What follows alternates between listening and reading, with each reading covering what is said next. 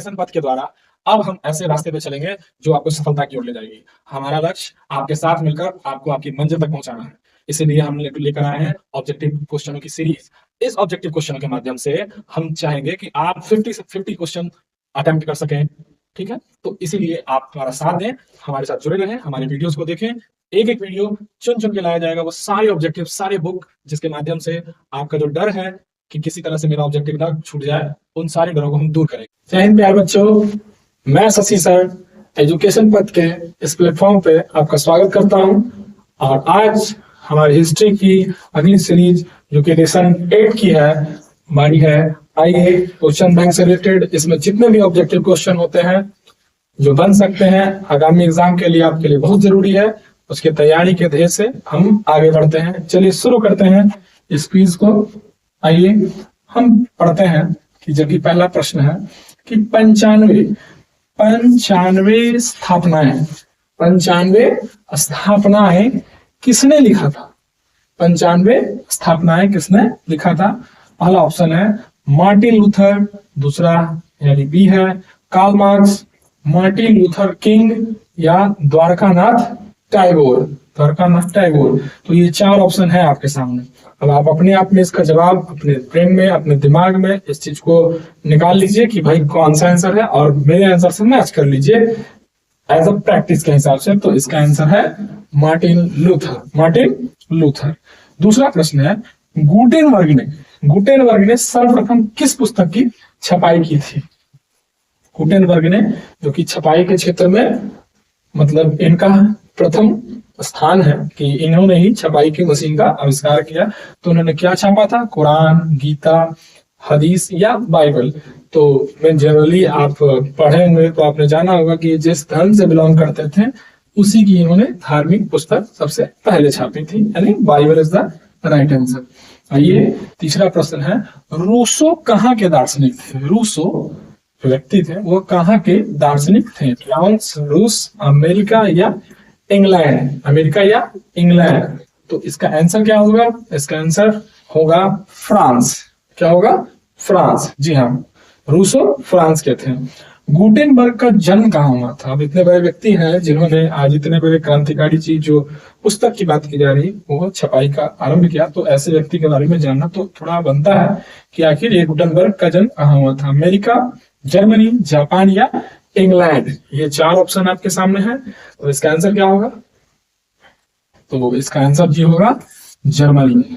ठीक है, चलिए आइए नेक्स्ट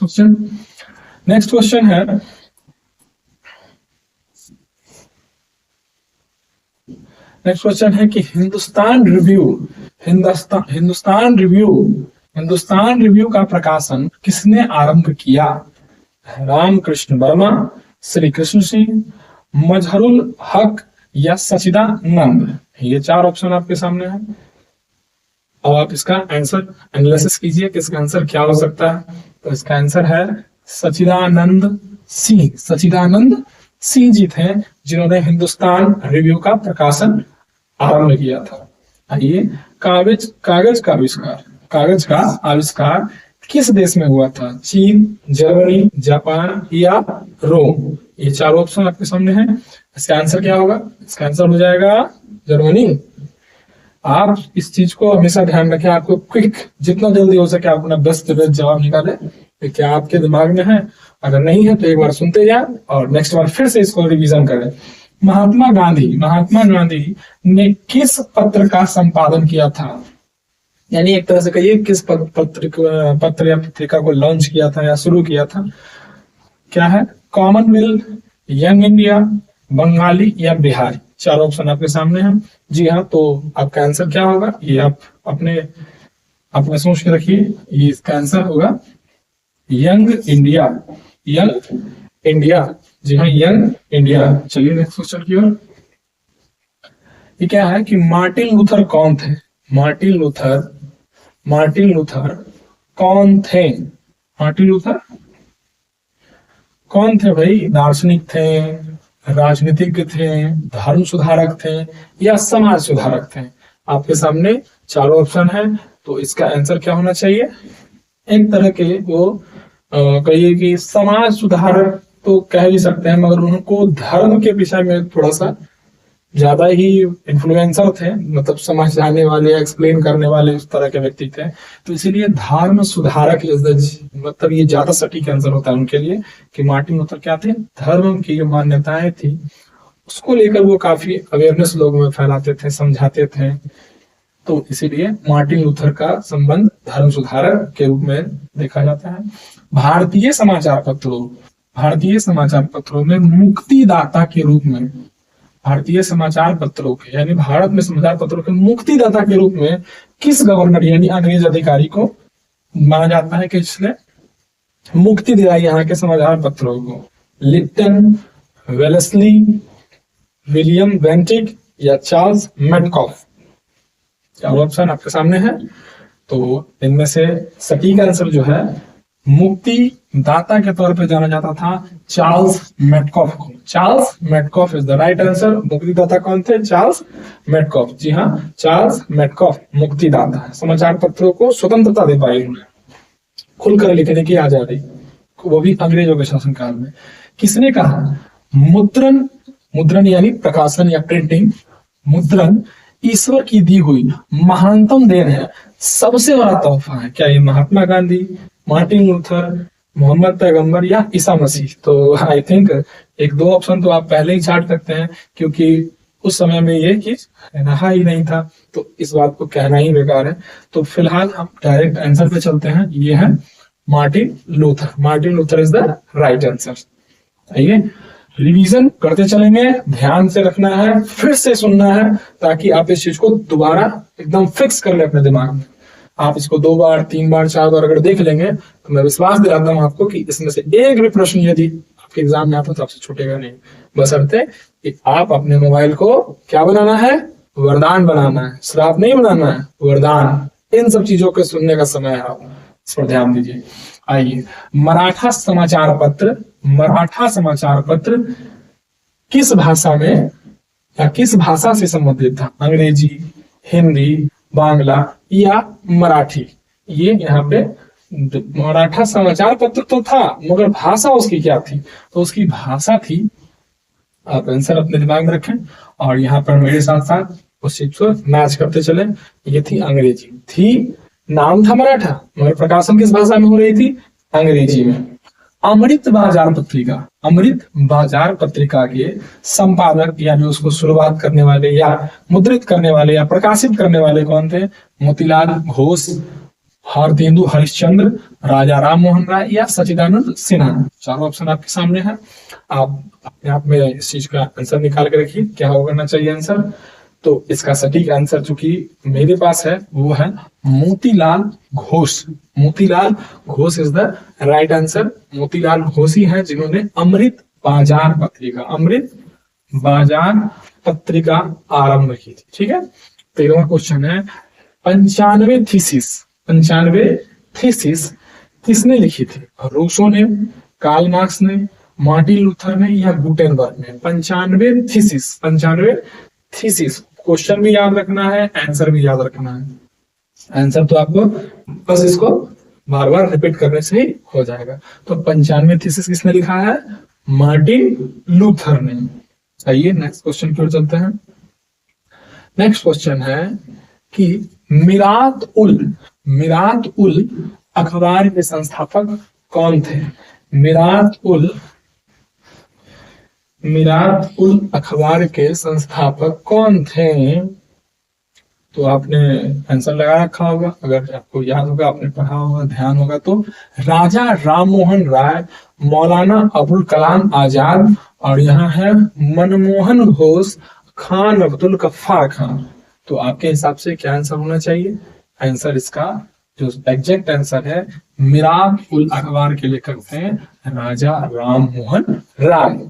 ठीक है, मुद्रण यानी प्रकाशन का आविष्कार कहाँ हुआ? भारत में, जापान में, चीन में या अमेरिका में? कहाँ हुआ? तो हुआ था चीन में। कहाँ हुआ था? चीन में हुआ था।